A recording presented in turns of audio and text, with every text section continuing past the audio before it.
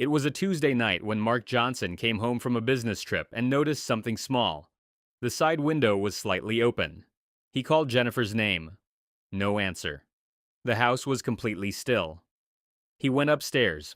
Jennifer Johnson, 34, was found in the bedroom. She had sustained multiple stab wounds. The murder weapon was gone. There was no disturbance anywhere else in the house. No ransacking. No forced entry through the front door. The rest of the property was untouched. When Detective Mitchell arrived that night, the scene pointed in one direction. Whoever entered that house had come through the side window. They knew the layout. They had a specific destination. Nothing about the scene suggested a random break-in. The investigation moved in two directions. Both households. Daniel Garner, 38, was an architect. He had worked with the same local firm for over a decade. His wife, Linda, 36, was a third-grade teacher at the local elementary school. Mark Johnson, 40, ran a financial advisory practice.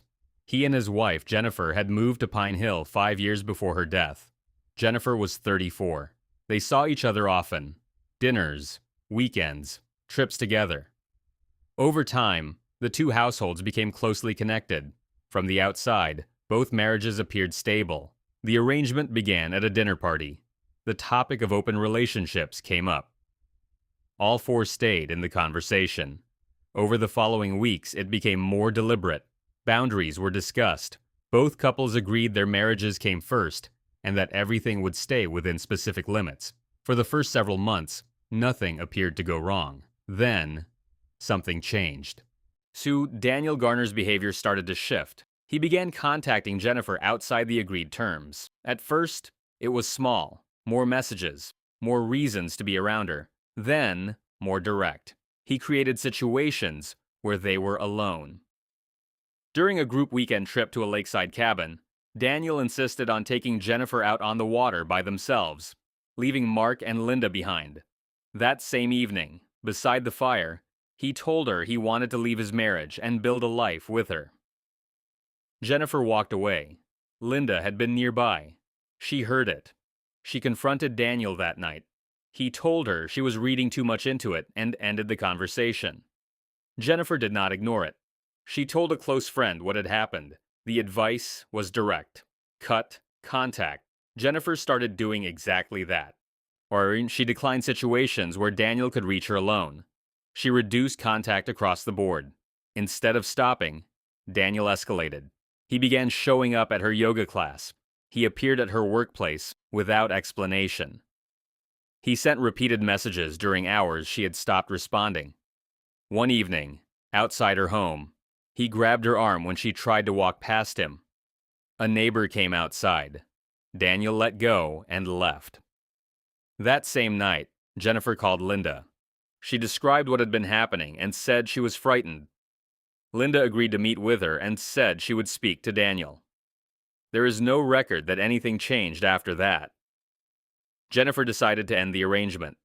Mark was away on a business trip. That same evening, Daniel came to the Johnson home unannounced. Jennifer let him in.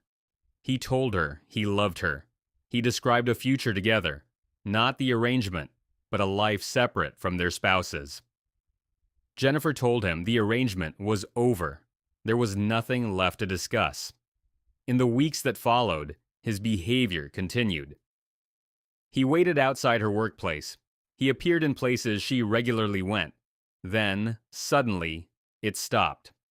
No messages, no appearances. There was no further documented contact before the night Jennifer was killed. Mark Johnson was out of town. Daniel Garner entered the Johnson home through the side window. He had been inside before. He knew the layout. He moved directly to the bedroom. At some point, Jennifer woke up. There was a struggle. She was stabbed multiple times. She did not survive. Daniel left the house shortly after and drove home. He told Linda what he had done. Instead of calling the police, Linda began cleaning. She directed Daniel to shower. She collected his clothing and placed it in a bag. She cleaned the areas he had moved through. She asked him to walk through everything. When he entered, where he went, what he touched. Later, she drove out of town. The clothing and the weapon were burned. By morning, there was an alibi. She contacted a friend and placed Daniel somewhere else during the time of Jennifer's death. When investigators began speaking to people connected to the case, the Garners were among those interviewed. Daniel appeared distressed. Linda was calm, consistent, precise. At that point, nothing directly tied them to the crime. No weapon had been recovered. No witnesses had come forward.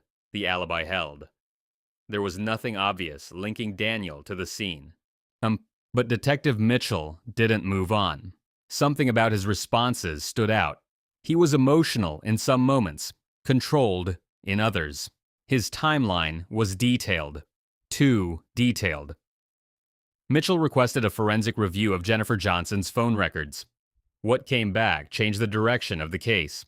The records showed repeated contact from Daniel in the weeks leading up to her death.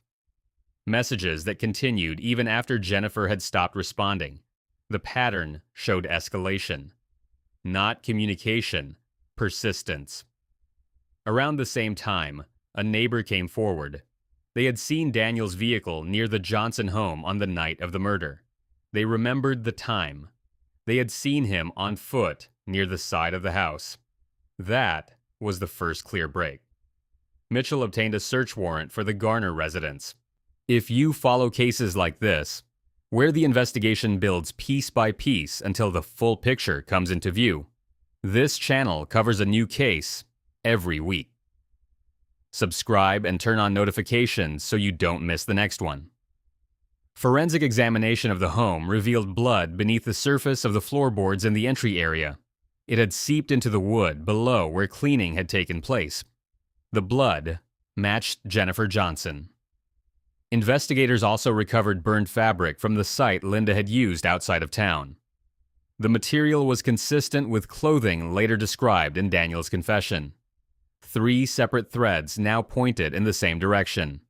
Phone records, witness account, physical evidence. Daniel Garner was brought in again. He denied involvement at first. Then the evidence was presented, piece by piece. The messages, the vehicle, the blood. He confessed. He described entering through the side window. He described what happened in the bedroom. He described leaving the house. Then he described what happened after, when he got home. Linda Garner was brought in separately. She denied involvement. Mitchell presented Daniel's statement. Then the physical evidence. Her account changed. Then it stopped. She admitted to everything. The cleanup, the burn site, the false alibi. She told investigators she acted to protect what they had built. Both entered guilty pleas. Daniel Garner was convicted of first-degree murder. He was sentenced to life in prison without the possibility of parole. Linda Garner was convicted of accessory to murder and obstruction of justice. She received 15 years, or with parole eligibility, after 10. Mark Johnson attended both hearings. Jennifer Johnson was 34. She said she was afraid. She reduced contact. She ended the arrangement. She reached out to people around her. She did what the situation called for. It didn't stop what happened. The case closed. The conviction stood.